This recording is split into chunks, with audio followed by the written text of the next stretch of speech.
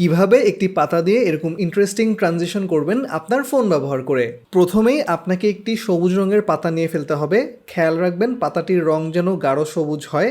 এখন পাতাটি হাতে নিয়ে একটি ঝাঁকি দিন এবং স্লোলি পুরো পাতাটা দিয়ে ফ্রেমটি ঢেকে ফেলুন। আর একটি ডিফারেন্ট লোকেশনে গিয়ে একটি ভিডিও রেকর্ড করুন। ডলি ইন শট হলে ভালো হয়। দুটো ক্লিপকেই ক্যাপকাটে ওপেন করে ফেলবো।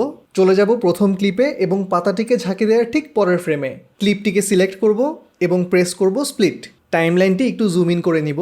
দ্বিতীয় অংশটিকে সিলেক্ট করব। চলে যাব রিমুভ ব্যাকগ্রাউন্ড এই অপশনটিতে। সিলেক্ট করব ক্রোমা কি। কালার পিকারটিকে পাতাটির এমন একটি অংশে নিয়ে যেতে হবে যাতে করে সবুজ অংশটুকু রিমুভ হয়ে যায়।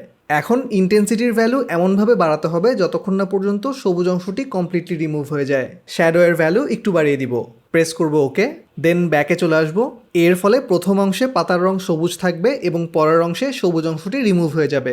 এখন এই অংশটিকে সিলেক্ট করব এবং প্রেস করব ওভারলে।